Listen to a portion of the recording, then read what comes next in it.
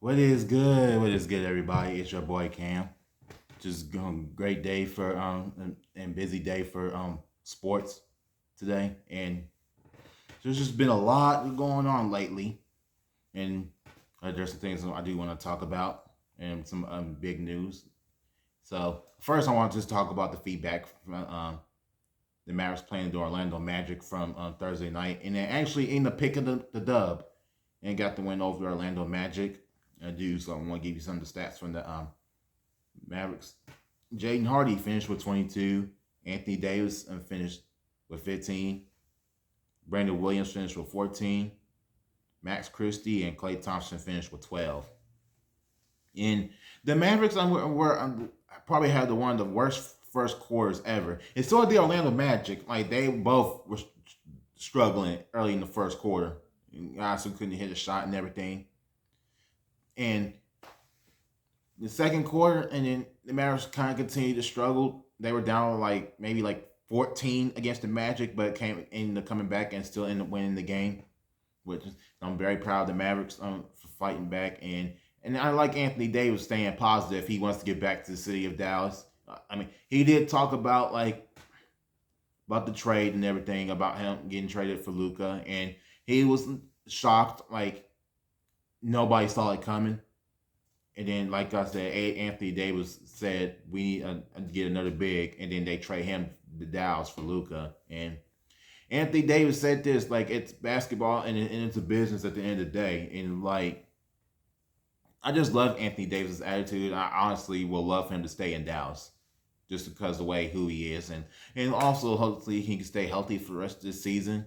And you just got just keep your head up and I like how Spencer Dinwiddie said the same thing. Like he's just tired of fans and everything. Just talking about fire Nico, and so is PJ that he was getting tired of it and everything. So, and the Mavericks actually got a game tonight, and they take on the Chicago Bulls at 7 o'clock, which is in about 20 minutes. And the Bulls are actually pretty hot right now. They're getting hot at the right time. The Chicago Bulls beat the Lakers by 30 points in LA, which was really, really crazy. And they beat the Denver Nuggets at their place also, which was even crazier. And now the Chicago Bulls picked up the big win over the Lakers on Thursday night. And Josh Giddey has been playing pretty well with the Bulls a little lately too. And the Bulls were actually down 13 or 15 with 6 minutes left. And what gets even crazier is the Lakers were up 5 points with about 10 seconds left.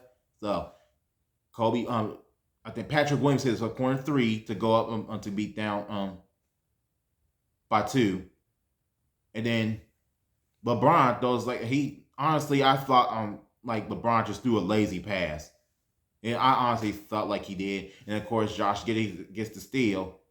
Kobe White shoots the three, and he takes the lead, and then of course the Lakers call a timeout, and then they inbound the ball to Austin Reeves, and then he takes it in for 3 seconds left. And then what gets even crazier, and then the Bulls inbound the ball, and Josh Giddey hits a game-winning half-court shot at the horn, which was very sick, and honestly was the craziest ending I ever seen all season from the NBA. This was just crazy. Like I said before, it's not over until the final buzzer. You got to keep playing until the final horn. And honestly, we're at the end of the regular season now. Now everybody really gets serious. They're playing, especially even the teams who are tanking. They still play hard, and they're trying to finish the season strong. And so, do you want to get some updates on what's also been going on with the Dallas Mavericks? Tonight will be Brandon Williams' final game because he's a two-way player.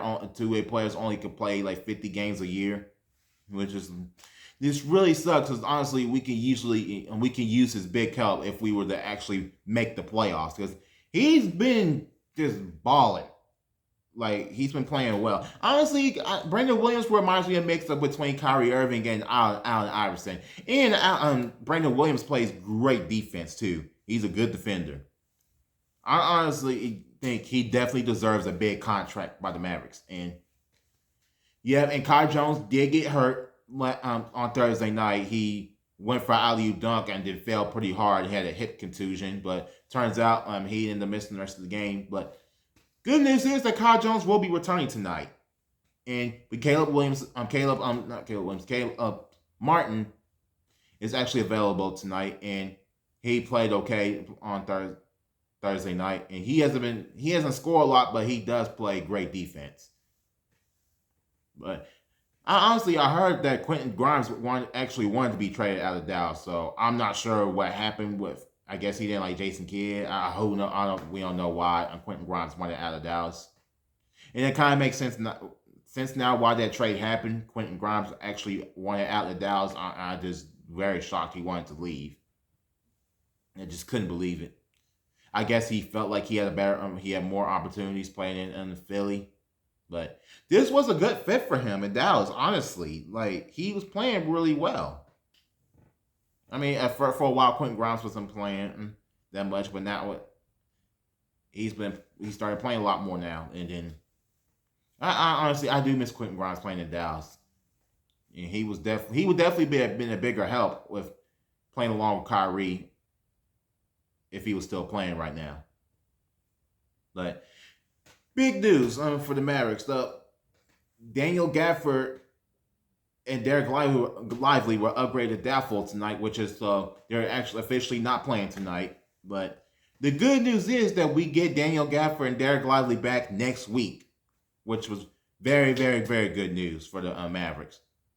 And I honestly feel like we'll have a better chance to win the play-in tournament and get in the playoffs if Daniel Gafford, Derek Lively, Anthony Davis, all of our bigs stay healthy. But I don't expect us to make a deep run in the playoffs, especially not having Kyrie. It's just it really sucks, man. You know, we're gonna have to find a point guard this summer, going into this off season. And that it's just so they even Daniel Gafford and Derek Lively will either be back on Monday night against the Brooklyn Nets back at home for a rematch, or Wednesday night at home against the Atlanta Hawks, or they'll be back against the Los Angeles Clippers. And we actually play the Clippers Friday and Saturday night, which is going to be back-to-back. So that's definitely going to be a tough game. Clippers are a good team. That Kawhi Leonard has been healthy this year, and we end up losing Derrick Jones to the Clippers because they couldn't afford to pay him because, order for us to sign Klay Thompson, which was it really sucked. But at the end of the day, it's a business, and I feel like Klay Thompson is a good fit for us. And the guy who I think who replaced him for defensively is Najee Marshall. I honestly think he's a better defender than Derrick Jones Jr. is. And Najee's much stronger. He can handle the ball and everything. And Najee Marshall has been averaging about 20 points a game ever since a lot of these guys were short-handed. And I think Najee Marshall has been stepping up so much. But he did have a rough game on Thursday night. He only finished with 6 points, but that's all right. But hopefully he'll play well tonight. But hopefully we just get the win tonight. That's what I really care about. And do want to also talk about some other big things that's going on right now. So TCU's women's basketball team ended up getting the win today over Notre Dame. And Haley Van Vliet has actually been balling very, very well with TCU. And I think this is her third or fourth appearance going to the Elite Eight, which is really crazy. And I'm so glad that she chose to come to TCU. And they ended up beating Notre Dame by 9 points. And they beat Notre Dame by 8 points earlier in November. And they did struggle going into that third quarter. We were down by 8 or 9 points. But like I said, this is March Madness. Everybody wants to win. So you got to be prepared to play somebody. But like I said, it is hard to face somebody twice who you already beat in the NCAA tournament. It's even harder, I think, to play them the third time if you even when you face somebody in the tournament. It's very, very, very hard to play somebody twice who you already beat, because that other team's going to be hungry and they'll be ready for revenge on you. So we definitely got to take that serious. But now the TCU is going to be playing the University of Texas, which will be a very good game on Monday night, and that game will, I believe, comes on at 6 o'clock or 7, if I'm not mistaken. And this is going to be probably one of our toughest games we're going to have. And TCU is ranked number 2, and University of Texas is ranked number 1. I expect it to be a very, very close game. It's going to come down to the last wire. So I expect it to be a tough one.